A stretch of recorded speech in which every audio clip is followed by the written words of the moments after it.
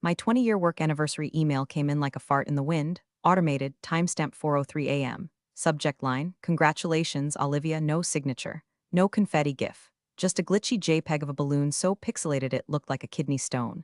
I stared at it for a second, then closed the tab. Nobody said a word. No thank you for your service, no cheap cupcakes in the break room, not even a passive-aggressive Slack emoji from HR. Just business as usual at Galleon Strategies, where loyalty gets you jack shit and the parking spot by the dumpster. I sat there, blinking at my screen, sipping stale breakroom coffee that tasted like someone filtered it through a sock. The calendar blinked a reminder for Derek's 10 a.m. vision casting meeting. The new COO, Derek with the gelled hair, the golf tan, the handshake that said, I use body spray called Ambition. Son of the founder's college roommate or tennis buddy or spiritual chiropractor, I forget which. The guy who once asked if my name was Olive during a leadership call. Here's where I should pause and say, if you're listening to this and you haven't subscribed yet, now would be a really swell time to hit that button and throw us a like. I mean, 90% of y'all are out here freeloading these stories like they're samples at Costco. Do it for the algorithm. Do it for my blood pressure. Do it so my team doesn't start charging me for emotional hazard pay. Anyway, back to the funeral of my dignity. I'd been with Galleon for 2 decades, not the loudest in the room, not the one hogging credit during sprint demos or shouting over interns during town halls. I was the glue. I built the intake systems that kept our government clients compliant. I wrote the onboarding protocol we still used for Fortune 500 clients, with little green checkboxes Derek probably thought were his idea. I trained most of the people who now outranked me, people who'd started as analysts when TikTok was still a key dollar ha lyric. But somewhere along the way, my name got small. Not just in meetings or emails, but in how people looked past me. It's a special kind of invisibility, the kind that grows like mold under fluorescent lights. And the thing about being invisible is you get to hear everything. People forget you're there. That's how I first heard Derek say it. We control her career now, he told a junior exec in the break room like he was talking about a chess piece. She'll take the package. Old loyalty types always do. I didn't flinch, just kept microwaving my sad little Tupperware of soup. He never even looked in my direction. I guess that's what triggered the first spark. Not the insult, not the firing, I'll get to that mess, but that phrase, we control her career now, like I was a lever on his dashboard. A settings toggle. Control, Derek? Sweetheart, I architected this company's compliance logic from scratch. I embedded enough audit triggers to make the SEC blush. I knew which servers had version conflicts and which licenses were still technically in my name. I had an access log so detailed it could tell you which execs skimmed through their own onboarding doc and which one copy-pasted from mine. So I nodded to myself that day, quietly, like a woman does when she realizes nobody's bringing the cake to her party because they already wrote her off the guest list. That kind of nod. By noon, I was packing up my desk. Not out of panic, not because they told me to, just because I knew what was coming. And I opened my drawer and saw the old fireproof folder with the red sticker, if they ever forget. I smiled for the first time that day. Some people write diaries. I write contingencies. They thought they were firing a relic. What they didn't know was they were yanking the keystone out of a very old, very quiet architecture. One I built, one they never really understood, and one that was about to remind them very publicly who controlled what. It happened on a Wednesday. Not that Wednesdays are special, just middle-of-the-road beige, like Derek's haircut and management style. He called it a vision day. Posters went up overnight in the lobby. Reshape, reinvent, reclaim. Some poor intern probably got yelled at for using a semicolon in the original draft. They catered breakfast, which was always a bad omen. Tray of cold bagels and room temperature fruit meant someone in a suit was about to make a terrible decision and wanted to soften the blow with carbs. Sure enough, Derek stood up at the morning all-hands like a self-satisfied rotisserie chicken, bronzed, oily, puffed full of hot air. We're entering a new era, he began with that nasal drawl that made every word sound like a pitch deck. A flatter org, a leaner future. No more silos, no more dead weight. He smiled when he said that last part. I swear he looked directly at me, but maybe I imagined that. Maybe I wanted to believe he had the guts to look me in the eye before gutting my role. After the meeting, my inbox pinged with a calendar invite, private sync, Derek and Olivia. 30 minutes, no agenda, no witnesses, the kind of invite that smells like bleach and gaslighting. His office was still too clean, like a catalog display, modern desk, fake plant. Framed quote on the wall that said something asinine like disruption is just the beginning. The man couldn't disrupt a paper towel roll without a consultant. He gestured to the chair across from him like he was about to read me bedtime stories. Take a seat, Olivia. I didn't. I stood. He smiled wider. Okay, cool, your choice. Look, I'll keep this short. We're reshaping the org, and unfortunately, your role is no longer aligned with our vision. I stared at him. Stone-faced, you've done great work. 20 years, that's amazing, he added like I was being inducted into a nursing home. But we're looking to the future now, and it's time for new leadership to step in and take us there. He slid a beige envelope across the desk like it was a party invite. This is a generous package. You've got 60 days of pay, 2 months of benefits continuation, and a glowing reference letter I've already signed. I didn't touch the envelope. Didn't blink, I just watched his face. Now he continued, crossing his arms like he was settling into a TED talk. You could fight this, you could get all legal about it, but that's not the Olivia I've come to know. You're not a drama person. That's when he leaned forward, eyes bright like a Labrador who just buried a bone. We control your career now. Take the package and go. It's cleaner this way. Cleaner. I looked at his hands, ones that never built a damn thing in their life. Soft palms, manicured nails, shaking ever so slightly. He thought he was being brave. He thought this was leadership. I reached for the envelope, held it up between two fingers like it was something I found under my shoe. Then I dropped it on his desk without opening it. I won't be signing anything today, I said, voice calm, even, practiced like reciting a grocery list. He blinked. Olivia, this isn't a negotiation. The decision's been made. I nodded, just once. The kind of nod that makes men like him nervous. The kind that says, you'll regret this, but I won't raise my voice about it. I turned and walked out, shoes echoing off the tile like punctuation marks. Past HR, past the glass meeting rooms where they pretended empathy was a brand value. Past the interns with their wide eyes and rising panic. Can they really fire someone like Olivia? They can. But that doesn't mean they should have. At my desk, I powered down slowly. I didn't cry. I didn't rage. I just unplugged my mouse, one cable at a time, took my mug, my notebooks, and most importantly, my fireproof folder. I left the beige envelope sitting neatly on my chair, a little going-away present for whatever poor soul thought they were stepping into my shoes. I hope they enjoyed the crater I left behind, because Derek had no idea what he just poked. He thought he was kicking dust off a relic. What he'd actually done was unseal a loaded vault. The house was still when I got home, just the hum of the fridge, the soft creak of the floorboard by the back door, and the faint sound of my neighbor's wind chimes clinking like bones in a jar. I didn't turn on the lights. I didn't kick off my shoes. I went straight to the linen closet in the hallway, reached behind the stack of winter blankets no one uses, and pulled out the box. Fireproof, waterproof, emotion-proof. I placed it on the dining room table like it was a ritual. 3 clicks of the lock, hinges groaning open like a throat clearing before confession. There it was, right on top, a tabbed folder labeled in Sharpie if they ever forget. 10 years ago, during the Galleon-Lexar merger, everything had been chaos. Compliance rewrites, contract backlogs, entire departments cannibalized and sewn back together. Everyone was too busy scrambling to notice the fine print. But I noticed, and I negotiated, not loudly, not with a lawyer in the room. I simply embedded one clause, one sentence, nestled like a razor blade inside a birthday card, into the updated terms of my employment. A phantom equity pool, tied to systems I built, with conditional authority that activated in the event of material damage due to leadership misconduct. Most people skimmed right past it, like a landmine under tall grass. The clause wasn't about revenge, not when I wrote it. It was about insulation, about building a life raft before the flood came, and now it was time to climb aboard. I unfolded the contract slowly, my fingers tracing the ink like braille. Page 47. Paragraph 12, subsection D. There it was, my lifeline, my fuse. Then I did something I hadn't done in years. I picked up the landline, not my cell, not Slack. Landline, the one only one person still had the number for. He answered on the second ring. It's Olivia, I said. A pause, then is it time? I looked down at the contract, then back at the folder stuffed with incident logs, audit trails, flagged memos. All documented, all dated, all real. It's time, I said. No theatrics. No grand declarations, just those 2 words. After I hung up, I went to my office and opened the laptop I hadn't turned in. The one Derek didn't know existed. The one connected to my own private server. The one I set up in my garage during the 2017 compliance scare. I logged in. The dashboard blinked to life, project logs, retention reports, security alerts, timestamps. My archive, not the sanitized, watered down one they kept on the company drive. This one was raw, untouched, alive. I started tagging files. Emails where Derek overrode security protocols to speed up deployment, calls where he pressured legal to backdate vendor reviews, meeting minutes where timelines were repositioned to appease the board.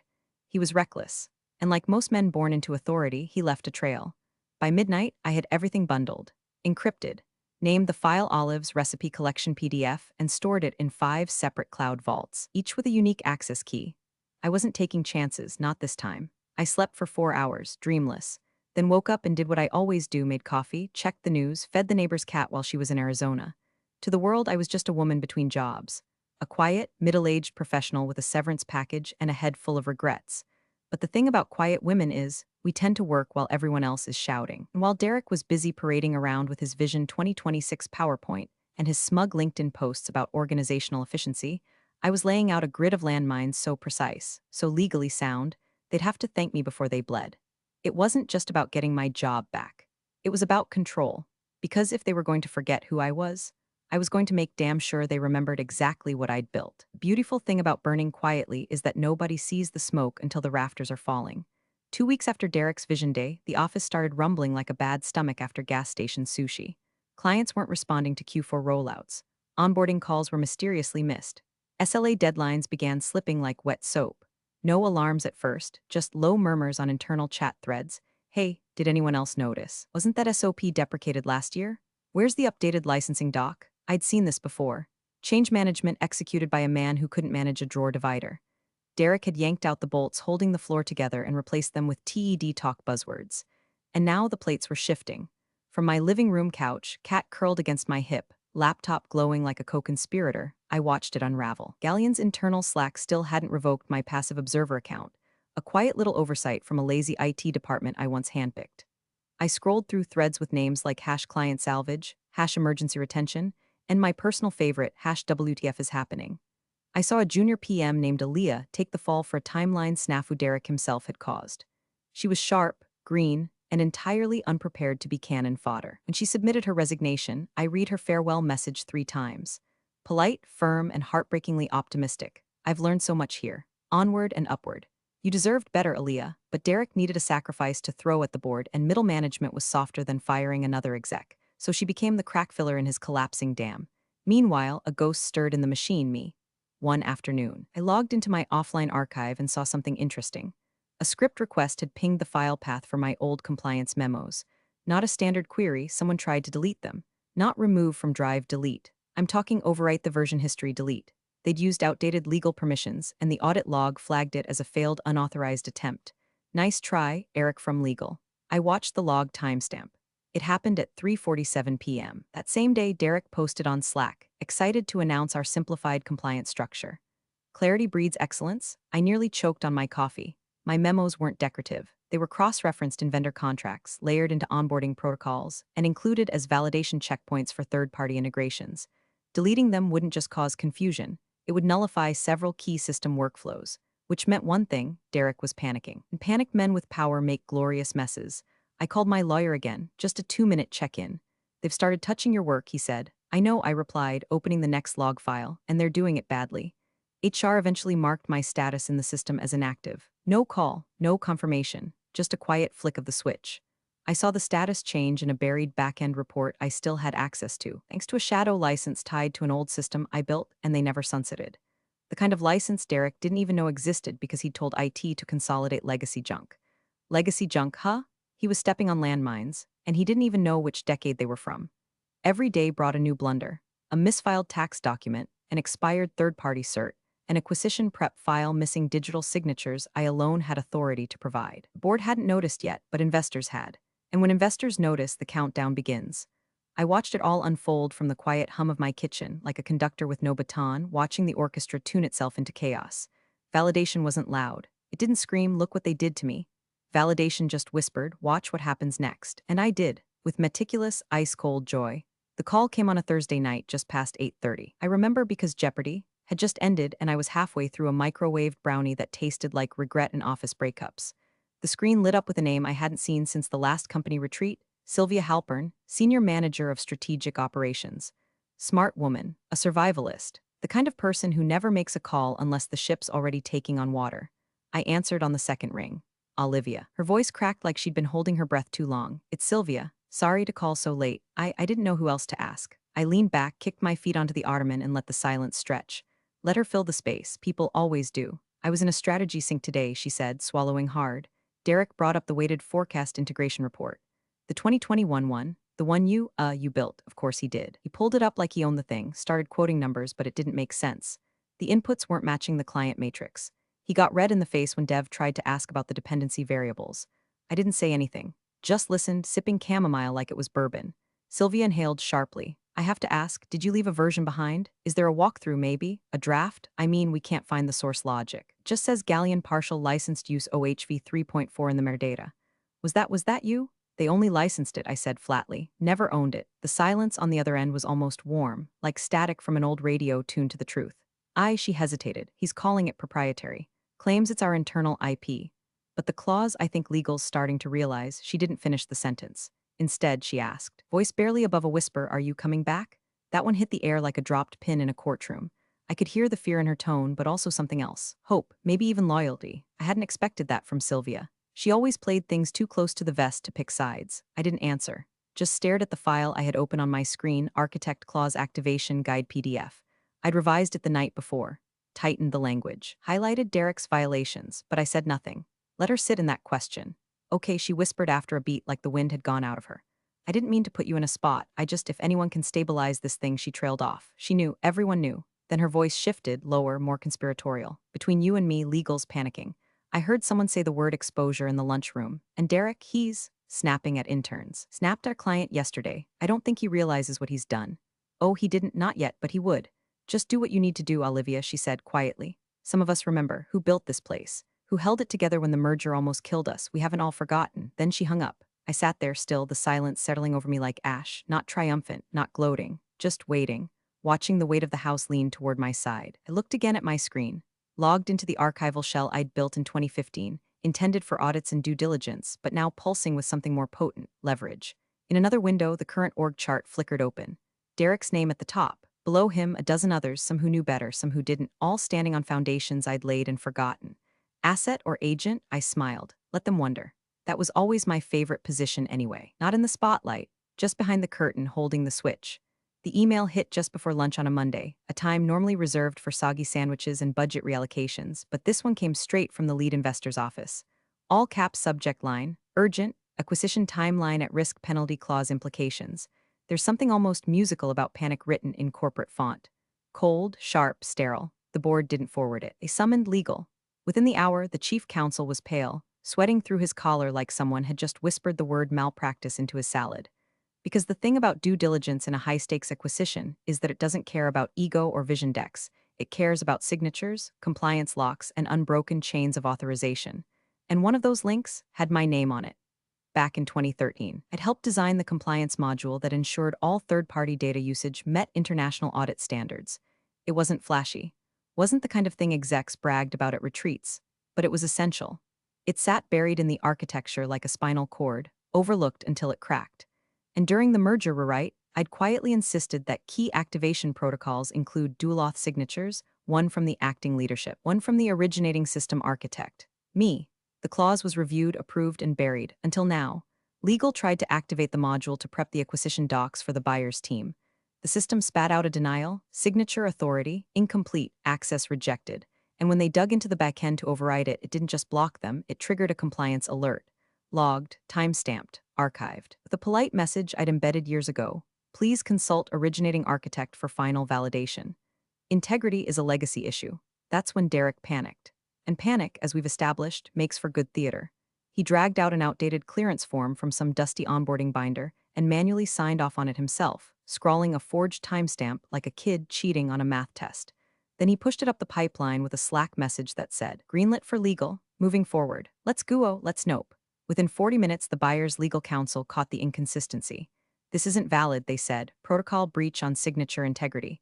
Due diligence cannot proceed under these terms. Meeting canceled. Buyer postponed their evaluation call indefinitely. The penalty clause kicked in like a boot through drywall. 6 figures lost on a delay that never should have happened. The CEO's silence lasted 5 hours. Then, in a ripple of barely contained corporate fury, an emergency board meeting was scheduled for the next morning. Subject line simple, brutal. Governance failure, immediate response required. Derek tried to do damage control, but it was like watching a dog try to explain algebra. It's a minor tech hiccup, he told someone in finance. We're just waiting on a patch, but everyone knew. This wasn't a hiccup. It was a warning shot. The old systems, the ones he dismissed, minimized, laughed off, were suddenly the only thing standing between them and a full-blown acquisition collapse, and all roads led back to me. At 3:12 p.m., the company Slack buzzed with a message from a board member I hadn't heard from in 3 years. "Olivia, if you're available, please check your inbox." The message sat there like a loaded gun on a kitchen counter. I didn't reply. Not yet. Instead, I opened my archive and began compiling every failed override attempt, every compliance breach, every Slack message where Derek had ignored protocol to move faster. I added timestamps, versions, user IDs. By the time I finished, I had a PDF the size of a novella titled Governance Integrity Chain of Custody Report. I uploaded it. Sent it to exactly one email, the company's external audit liaison. No subject line. No message body, just the file. The last thing I did before shutting my laptop was update the access rights on my original compliance modules. And then I waited, because now the silence wasn't mine to hold anymore. It was theirs. The boardroom hadn't changed. Same frosted glass, same overpriced faux marble table, same dead ficus in the corner, overwatered, then forgotten, like every project this company didn't understand. Derek was already seated when I walked in. Of course he was. Buttoned up, hair sharp, smile twitchy. He looked like he'd practiced his talking points in front of the mirror that morning, probably muttering words like synergy and alignment between mouthfuls of protein powder. The other board members were tense. Some fiddled with pens. One rubbed his temple like he'd been halfway through a migraine when the call came in. The CEO, Arthur Langford, sat at the head of the table looking less like a titan of industry and more like a man trying to remember where his empire's floorboards had gone. I didn't say anything as I entered, didn't sit down, just walked to the far end of the table and placed a slim, leather-bound folder in front of me. One sheet inside, protective plastic cover, no fanfare. Derek cleared his throat, loudly. Before we begin, I'd like to say this is highly irregular. She's no longer an employee. This meeting is for active stakeholders and executive. Derek, one of the board members, cut in, voice flat. Sit down, he did. His jaw twitched like it was trying to file a lawsuit. Arthur looked at me then, eyes dim but curious. Olivia, thank you for coming in. We're hoping you can clarify a few things. I nodded once. Then, without a word, slid the folder across the table. It landed softly in front of the company's general counsel, Patricia. She'd been around since the Lexar merger. She knew the landscape, knew me. She flipped it open, pulled out the contract inside, and began scanning. Page 47, I said evenly, no emotion, just instruction. She turned to it. I watched her face change, not in a cartoonish way, not slack-jawed horror, but in a slow tightening around the eyes, a stillness, like she'd just realized the floor she was standing on wasn't a floor at all. Subsection D, I added. Her lips moved as she read. Then she stopped, her gaze lifted to Arthur. She's right, Patricia said quietly. This clause was embedded during the 2013 rewrite. It was reviewed and ratified with the rest of the merger documentation. Arthur frowned. What clause? Derek started laughing, short, nervous, stupid. Come on, this is absurd. You're going to take one sentence from a decade-old contract over the actual executive team? This is a distraction. We're hemorrhaging investor confidence, and you're all letting a disgruntled ex-employee sit down, Patricia said, sharper this time. He shut up. She turned back to the document, her voice going steady, clinical. Clause 12, subsection D. In the event of documented leadership misconduct resulting in material damage, the originating architect of proprietary compliance frameworks holds temporary administrative oversight over said systems, including licensing, governance structures, and audit protocols. Someone exhaled, loudly. Patricia continued. That includes compliance assets tied to due diligence protocols, investor reports, and platform integrity, all of which are currently under restriction because they require her signature to unlock. Arthur leaned back slowly. So what does that mean in practical terms? Patricia looked directly at him. It means she's not an employee, she's a signatory authority, a structural administrator. And based on the wording, she glanced back at the page, then up again. She outranks Derek, and possibly you. The room went completely still. Even the ficus looked stunned. I watched Derek's face go pale, then flush, then pale again. A man watching his parachute open and finding someone else's laundry inside. He started to speak, then didn't. I finally sat down, no folder, no laptop, just me. Calm, composed, not angry. Just home, I folded my hands on the table and looked around the room. One by one, they all looked back. Let's proceed, I said. There's a lot of work to undo. And nobody, not even Derek, argued, because this wasn't revenge. This was restoration, and I had every right to be there. Patricia read the clause again, slowly this time, like it might rewrite itself on the second pass. But paper doesn't flinch and ink doesn't lie. In the event of leadership misconduct resulting in demonstrable material damage, she said, her voice like cold glass, the originating architect of the enterprise compliance infrastructure shall be granted temporary oversight authority over all systems, governance protocols, and licensing functions, per Charter B, Clause 12, subsection D. She looked up directly at the CEO. Olivia is not operating as a former employee. She is executing authority as a structural signatory under Charter B. You could feel it happen, the tectonic shift in the room, the kind of moment that doesn't need a voice to declare it. Phones stopped buzzing. Pens froze. People who once leaned back now leaned in. It was no longer a question of if this was real. It was how long they'd ignored it. Arthur Langford, same CEO who'd once called me the firewall whisperer during a holiday party after too many glasses of something expensive, just blinked. He looked at me like I'd grown a second head. His mouth opened, then closed, then opened again. Wait, Charter B was absorbed after the Lexar integration. It shouldn't even be, it was ratified post-merger. Patricia cut in. Page 62 of the final consolidation binder. Your signature's on it, Arthur. Derek shifted in his seat like someone had poured hot gravel into his shoes. Okay, he said, with that nasal condescension that had worked so well on interns and HR reps. Let's not get carried away. This clause is symbolic. It doesn't override active leadership structure. Olivia has no title, no managerial authority. HR governs re-entry not. Patricia turned to face him fully. Her tone didn't rise. That made it worse.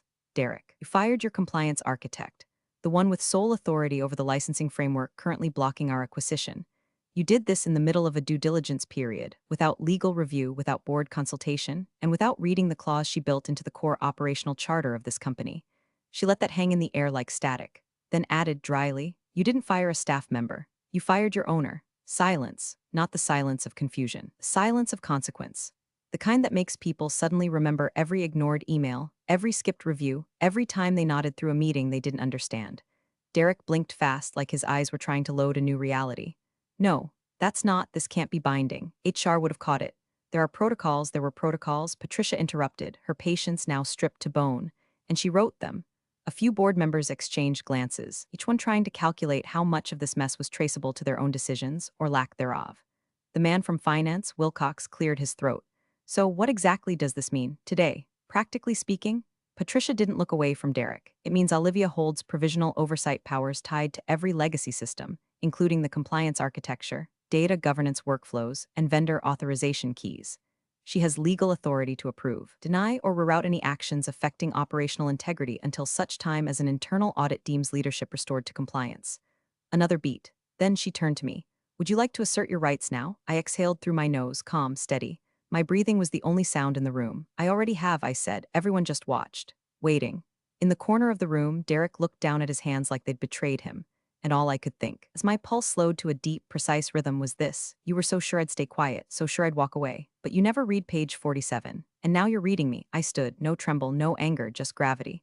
My folder was already closed, tucked neatly under one arm like a sermon that had just been preached. The board waited. Derek, ashen, silent, looked like he was trying to melt through the chair. I looked at them all, my voice smooth as static before a storm. Here are my terms. The room inhaled. I don't want a title, I said. No VP, no senior anything.